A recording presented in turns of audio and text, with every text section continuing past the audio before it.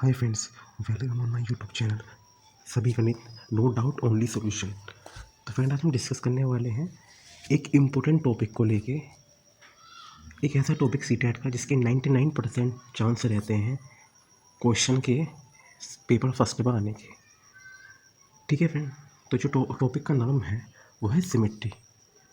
अभी मैं सीटेट जुलाई की ही बात करूँ अगर, तो उसमें ऑलरेडी ही ये क्वेश्चन पूछा गया था। किस वाले एग्ज़ाम में? सीटेट जुलाई पेपर फर्स्ट वाले एग्ज़ाम में। दो थे ना, ठीक है, paper first and paper two. तो मैं पेपर फर्स्ट की बात करता हूँ, ठीक है, जहाँ पे सिमेट्री वाले चैप्टर से क्वेश्चन आया था। तो इस वीडियो में आपको क्या बताने वाला हूँ कि जो ये मैंने नोट्स प्रिपेयर करे हैं, ठीक है, और एक इम्पोर्टेंट नोट्स है, मतलब इस नोट्स में मैंने लगभग हर चीज़ बताई है कि मतलब कोई भी अगर क्वेश्चन बनता है तो लगभग उम्मीद तो ये करते हैं कि आ जाए। ठीक है, मतलब हर चीज़ बताने की कोशिश करी है। जैसे कि आपको स्क्रीन पे दिख रहा होगा, ये मान लो ज्योमेट्री की शेप पे क्वेश्चन अगर बनता है तो फिगर भी मैंने आपको दिख रहा होगा, यहाँ मैंने फिगर ही बनाई रखी है। फिगर बनाने के बाद फिर मैंने number of lines of symmetry भी लिखी, जैसे जैसे ज़ीरो लिखी है किसकी? स्केलर ट्राइंगल की। फिर आइसोसेलेस ट्राइंगल की number of line of symmetry कितनी है? 1 है ना। रेड पेन से मैंने इन्हें दिखा भी रखी है।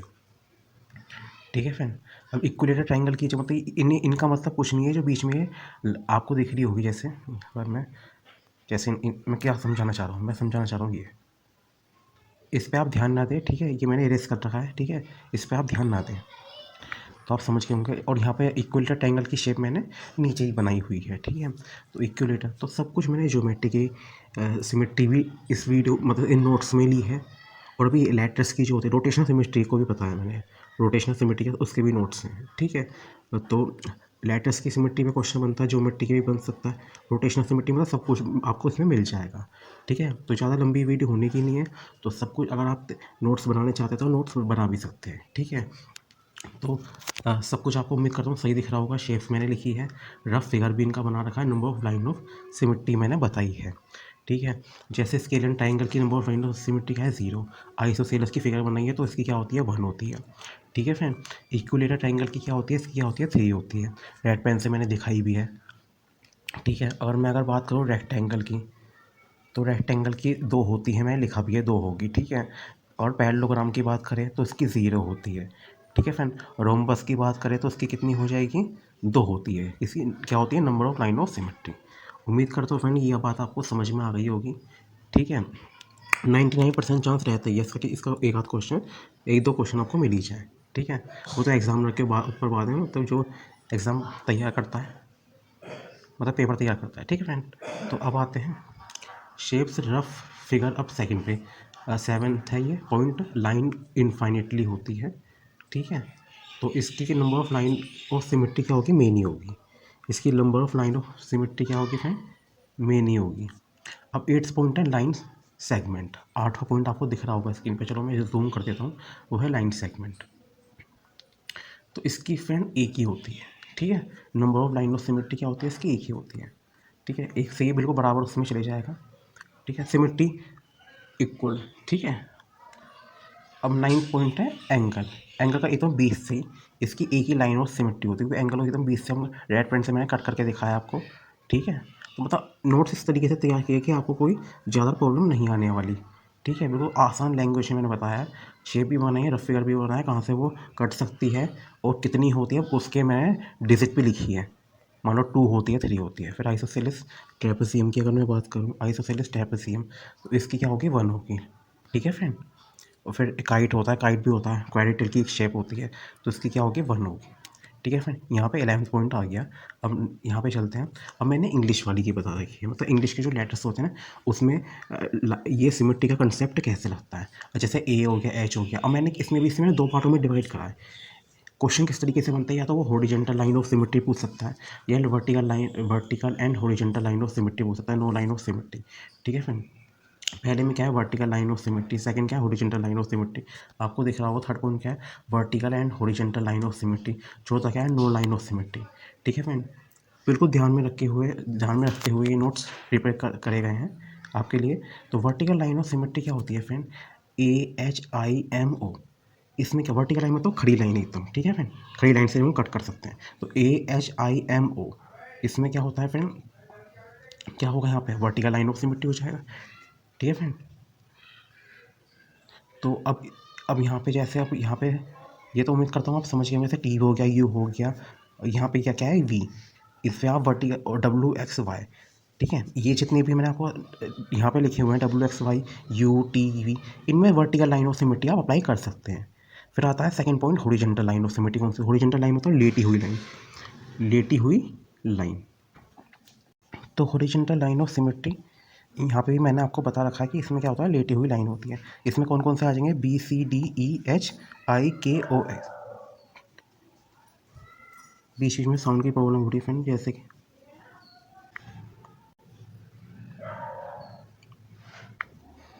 तो ये सेकंड वाला पॉइंट भी आपको क्लियर हो गया होगा।